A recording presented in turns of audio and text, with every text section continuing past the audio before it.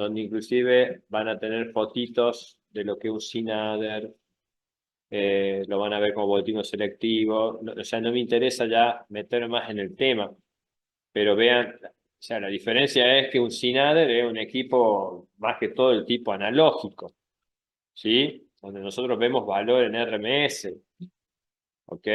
En cambio lo otro, lo que nosotros hacemos, y después tiene ahí las virtudes de cómo fabrica el filtro notch y demás. ¿Se entiende, no? La diferencia. Bien. Y después acá también está explicado, eh, adelante, bueno, esto es para dos tonos, el método SMTP y el CSIF, eso también lo explicamos.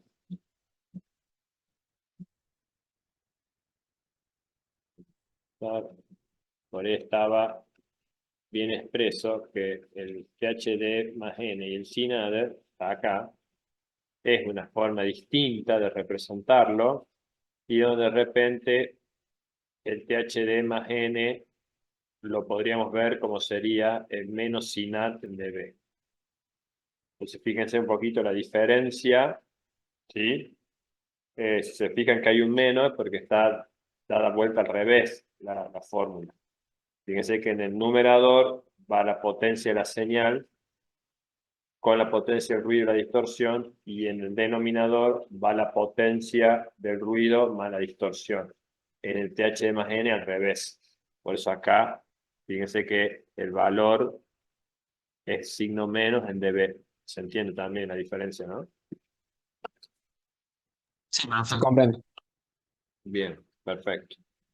Otra cosita que quedó pendiente, y ya para cerrar el tema, era un poquito, bueno, esto habíamos visto acá lo que era el rango dinámico, el piso de ruido y demás, pero por ejemplo, esto de lo que se conoce como crosstalk, ¿sí? El crosstalk básicamente, o separación de canales, es un poco ver, vamos a tener un equipo de audio que tenemos canal derecho e izquierdo, y lo que queremos ver es de repente cuánta distorsión o acoplamiento hay de un canal con respecto a otro, ¿sí? Que a veces puede pasar. Que vos tenés un canal y se te mete señal en el otro canal por el ruido de uno, de ambos. Bueno, ahí tienen para que lo lean qué es esto del crosstalk. ¿Ok? Esto de respuesta de frecuencia ya lo vimos. Rechazo modo común, algo también que es muy típico en un amplificador, o sea, típico de un amplificador de tipo operacional. Uno siempre busca o sea, el modo común es una señal no deseada. Cuando nosotros queremos tener valores diferenciales, justamente el rechazo modo común hace a la calidad diferencial de la información. Nosotros muchas veces tenemos información, por ejemplo, en un amplificador instrumental. El valor que nosotros queremos es el delta de tensión, pero tenemos metido ahí un valor digamos, un valor en modo común que genera inclusive mucho gasto de energía y demás. Entonces, de repente, el que tenga rechazo a eso hace a la calidad del amplificador. Entonces ahí tiene, por ejemplo, cómo medirlo. Más que todo en RF es el rechazo modo común, si es alto, implica una pérdida de potencia gigante. Entonces, para equipos que cuentan con entrada diferencial, este parámetro caracteriza el rechazo de salida de dicha entrada a señales en modo común. Acuérdense que la señal en modo común, a ver si hacemos, acá vamos. Opciones de puntero. Vamos a hacer de cuenta que tenemos un generador, tenemos una resistencia, otra resistencia, otra resistencia, y esto va acá. Entonces me interesa ver esta diferencia potencial. Entonces pongo acá un milivoltímetro. ¿Sí? Ahora, ese milivoltímetro debería tener un alto rechazo al modo común. ¿Por qué? Porque si no, el milivoltímetro se me sale de escala. ¿Estamos de acuerdo? Si esto fuese R, esto fuese R, estamos hablando de que son dos resistencias iguales, y esta resistencia es una resistencia chiquita, pero justamente queremos un milivoltímetro, significa que esta resistencia A, pues justamente, ¿por qué quiero medir diferencial? Porque un valor chiquito, ¿se entiende? Los valores diferenciales son valores chicos de tensión. Por ejemplo, un sensor. Puede ser un strain gauge, puede ser ya vamos a ver qué son los strain gauge, puede ser un acelerómetro, puede ser un sensor de temperatura, por lo general hay configuraciones así. Entonces, ¿qué se pone en ese sensor? Un sistema de amplificadores operacional. Entonces, si esta resistencia tiende a cero, entonces básicamente si acá tenemos amplitud E, ¿no es cierto? Acá en este punto vamos a tener E sobre 2, ¿sí o no?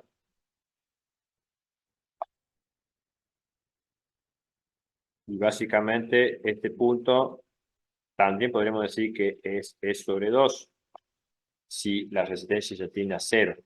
¿Sí? Bien. Evidentemente, este E sub 2 no va a ser lo mismo y por eso acá está el valor de lo que sería el modo común y el modo diferencial. ¿Sí? Entonces, el modo diferencial es básicamente este delta y el modo común tiene que ver con esa tensión sobre 2 y es un valor alto. Fíjense, si acá tenemos, imagínense que acá tenga que el S a 100 voltios y en realidad el delta hace que yo acá mide en el orden del milivoltio, pero resulta que yo acá tengo 50 voltios y acá casi 50 voltios. Entonces, un valor alto que si yo no tengo el rechazo suficiente, eso me genera una carga y una impedancia que inclusive hasta me podría lastimar o romper el equipo. ¿Se entiende la idea, no? Sí, profe. Entonces, como dice ahí, por ejemplo, las señales en modo común generalmente son interferencias de RF, interferencia electromagnética, señales acopladas por lazo de masa o problemas de, digamos, del layout, significa del diseño de placa. Entonces, digamos, acá está evidente que el modo común uno lo está presentando como justamente la configuración circuital tiene un modo común, ¿sí? En otros casos, muchas veces para eliminarlo, lo que hacen acá le ponen un capacitor, ¿se entiende? Un capacitor, cosa que la continua, porque es un valor de continuo, si fuese continuo, no pasa para acá, entonces estoy cortando el modo común y cualquier variación de alta frecuencia en diferencial va a pasar. Bueno, entonces para su medición se toma nota de la ganancia del equipo, se excitan ambas líneas de la entrada diferencial con un mismo generador a través de dos resistencias idénticas de valor igual a la mitad de la impedancia intergenerador, se mide la salida con un voltímetro mes y se calcula luego la relación entre el valor de la señal y la entrada y este valor. Se multiplica este valor por la ganancia y se expresa en dB. Entonces, es un poquito el procedimiento, eso léanlo para que lo entiendan. Seguramente esto lo vieron en alguna materia, puede ser electrónica aplicada 2. Electrónica aplicada uno, diferencial. Bueno, para que recuerden eso. Otro dato también muy interesante que es el slave rate, es básicamente la relación al cambio de la salida como la respuesta a escala. ¿Sí? Entonces, esta limitación está dada por la respuesta de frecuencia del equipo, o sea, cuando el equipo es lerdo, ¿sí? Cuando el equipo tiene por lo general tiene que ver con la fase, hace que si tenemos una respuesta escalón, acá hay digamos, una, una especie de una velocidad de respuesta lenta, entonces hay cosas que no nos gustan. No nos gusta que sea muy lerdo, o tampoco nos gusta que esto crezca y genere oscilaciones, porque eso no van a estar, significa que puede haber un lazo de realimentación y acá hay un polo que puede generar inestabilidad. Entonces el slip rate es un valor que se calcula, fíjense que se calcula como el delta B sobre B por el T, y que es el delta B, ¿sí? Y que es el delta T. ¿Estamos de acuerdo? Delta B sobre delta T. Bien, bueno, eso sería todo como para cerrar este tema. ¿Sí? Bien, vamos a pasar a otra. a pasar a la otra presentación.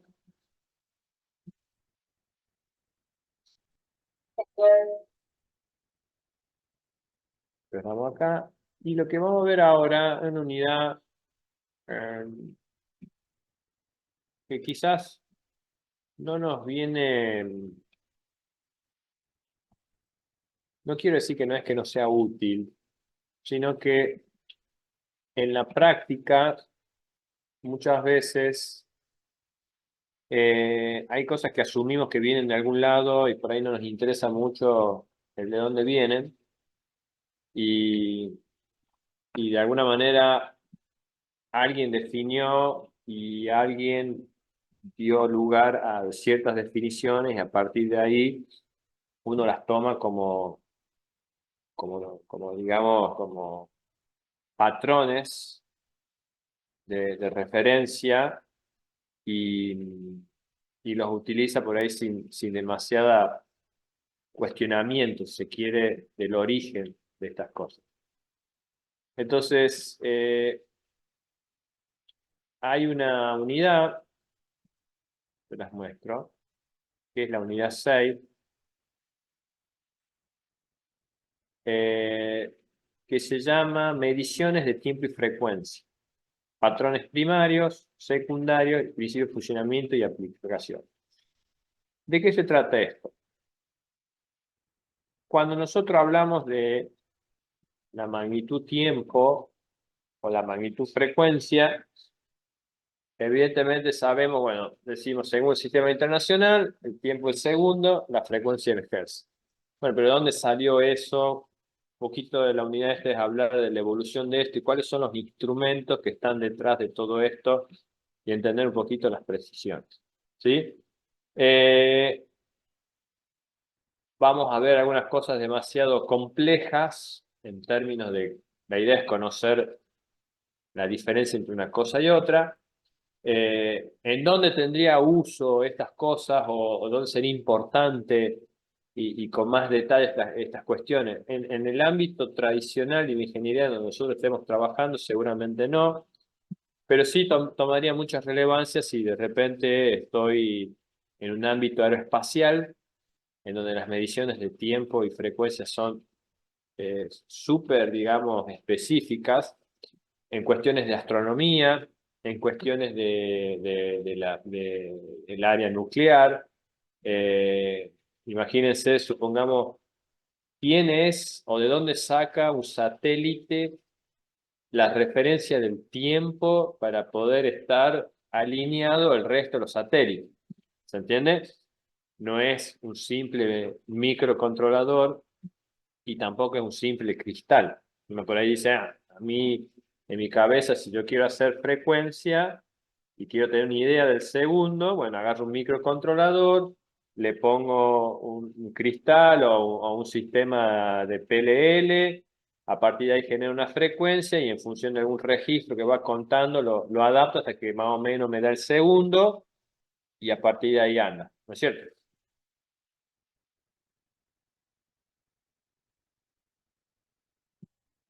Bien.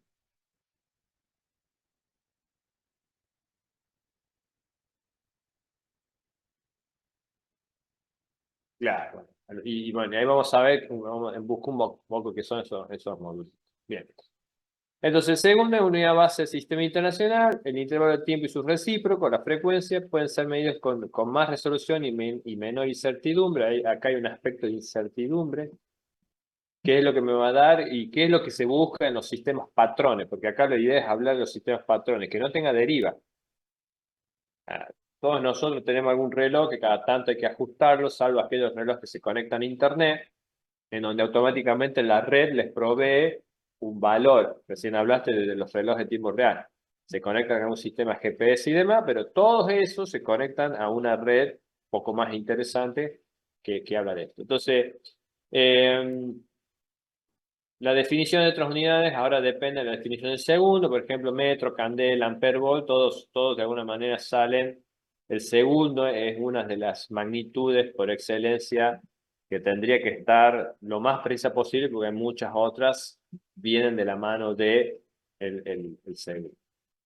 Entonces hay una definición histórica del segundo, empezando por el reloj de arena, allá por el 3500, calculo que será, esto es antes de Cristo, estamos hablando de los egipcios. Y hoy tenemos ya a partir del 90 y demás, sistemas GPS y demás que han dado lugar digamos, a los diferentes modelos o instrumentos que midan el tiempo. Bueno, fíjense en acá, vean algunos datos muy interesantes de los instrumentos y demás. Entonces, lo que a nosotros nos interesa saber es reconocer qué tipo es uno y qué tipo es otro. Entonces, la primera definición que tenemos que conocer es qué es un patrón, el patrón de tiempo o frecuencia. Entonces, los patrones de tiempo y frecuencia están asociados a un evento que se repite, ¿sí? El evento puede ser producido por un resonador de cristal, que sería un caso.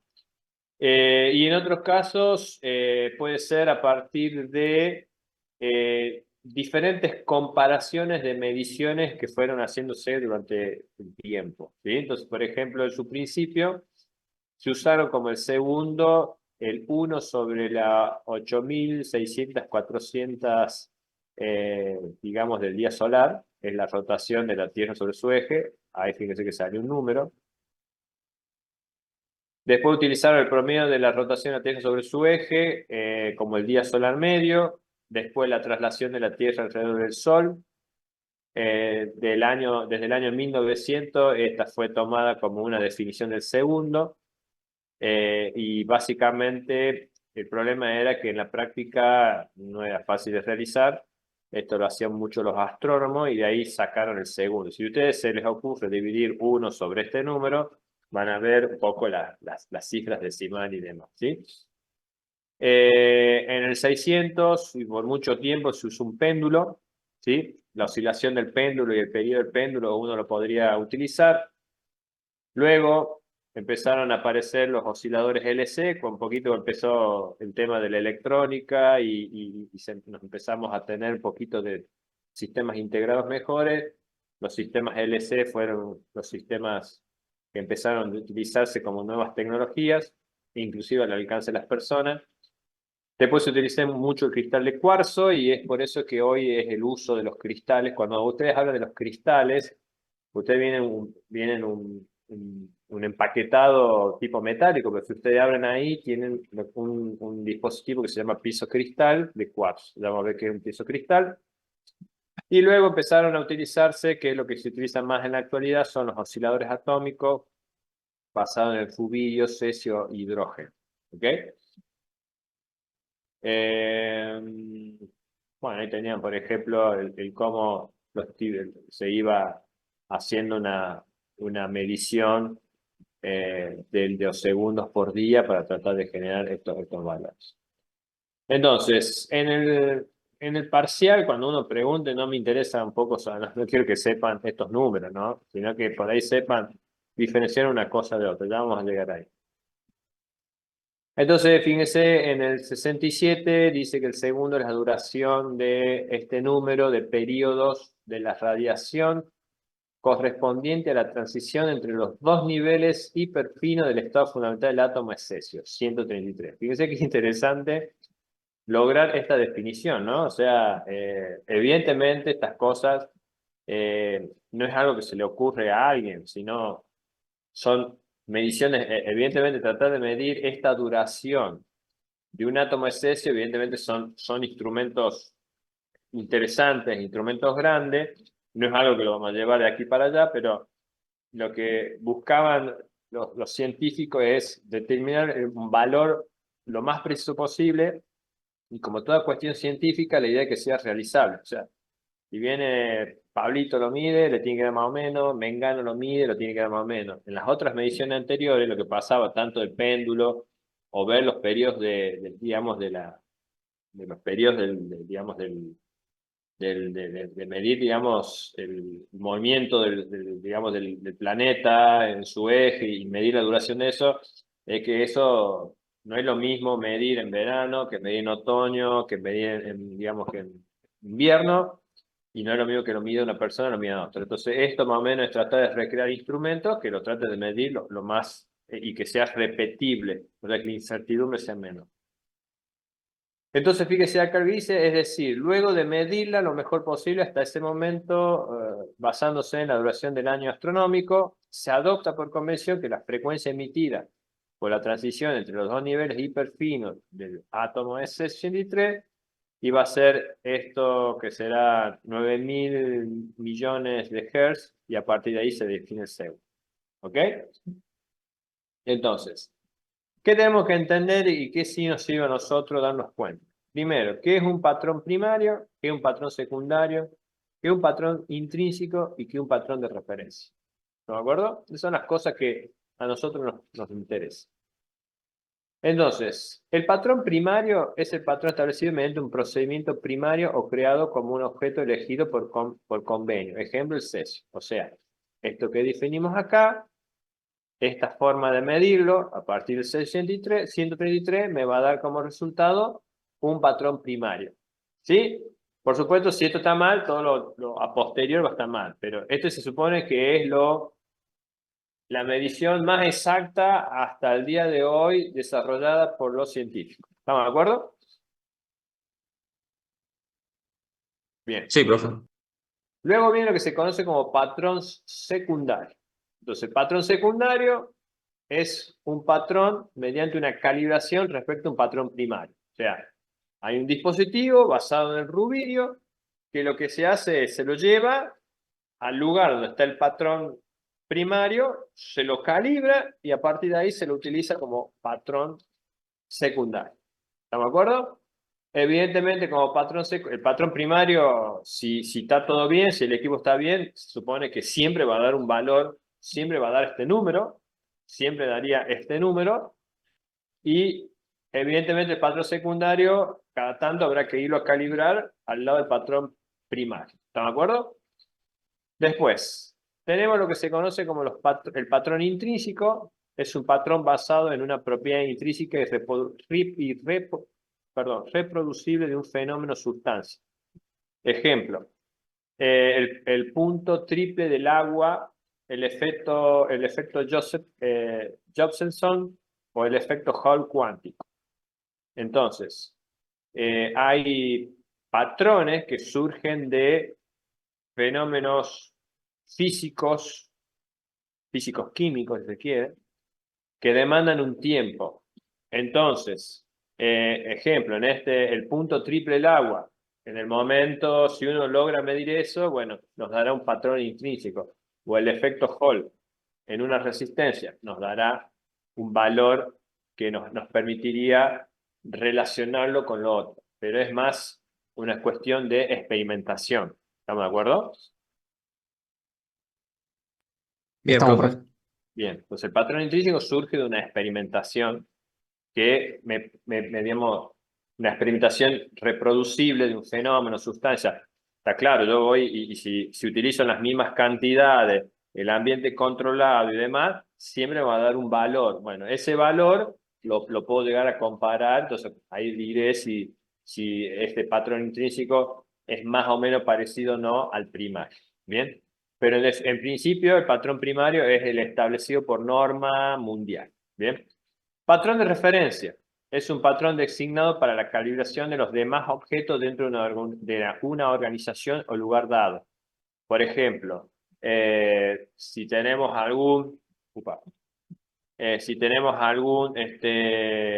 oscilador que está calibrado en algún laboratorio, ¿sí? Por ejemplo, el INTI, ya vamos a llegar, cuando lleguemos a hablar sobre el tema de quiénes hacen las mediciones en Argentina, el INTI es parte de la organización gubernamental de Argentina que se encarga de realizar las mediciones bajo norma. Entonces, hay lugares, como por ejemplo la UTN de la Facultad Regional de Buenos Aires, que tiene un dispositivo que ha sido calibrado. Entonces, todos los laboratorios de uso típico o comercial o ingenieril que no sea más importante de que sea uso espacial y demás, ¿no? O sea, todas las cosas de lo mortal hacia abajo, ¿se entiende? Se calibraría ahí.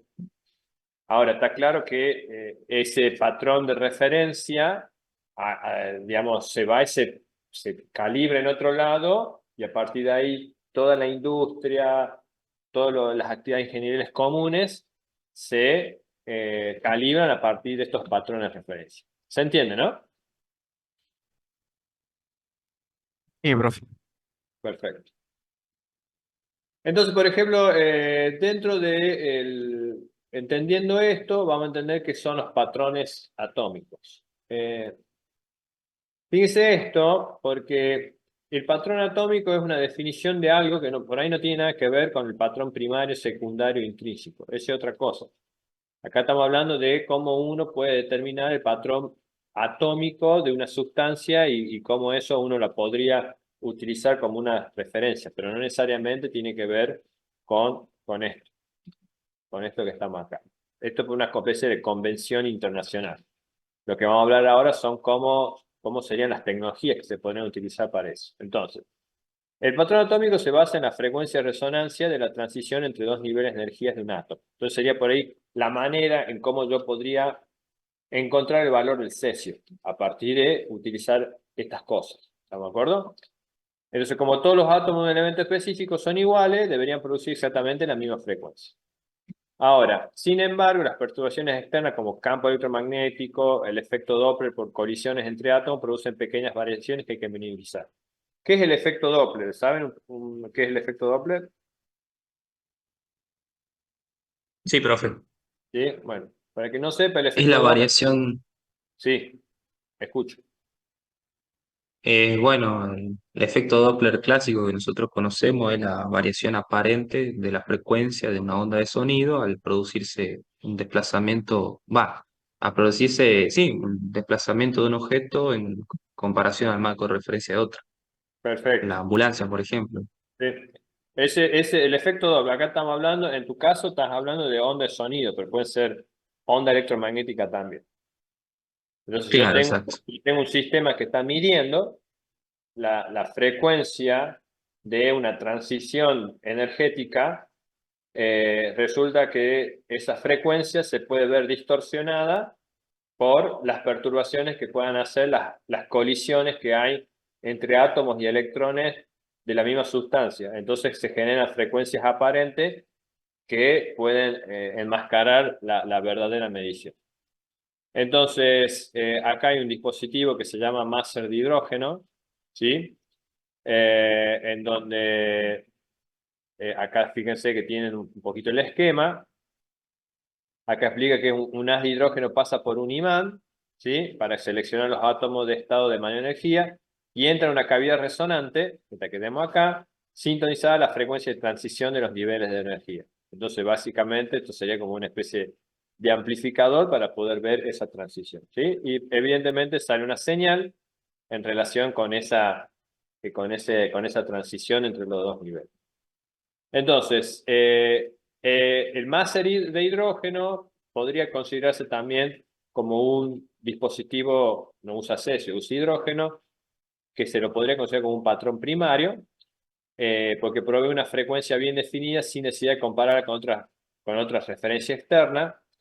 Es la fuente de frecuencia conocida más estable a corto plazo.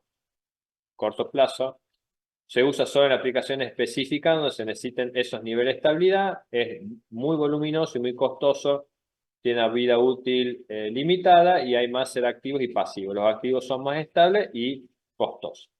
Entonces los invito a que cuando vayan a hacer su monografía, que googleen como para darse cuenta un poco de las dimensiones, saquen imágenes y demás de estos dispositivos. Dicho sea de paso, la próxima clase tenemos ya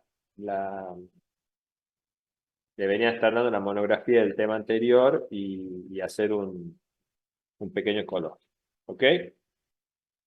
Acá tenemos el patrón de haz de cesio, ¿sí? Eh, Fíjense que dice ahí, el haz de cesio abandona el horno, ¿sí? O el lugar por donde se genera ese como gas. El imán selecciona los átomos apropiados y se los excita con energía de microondas, ¿sí?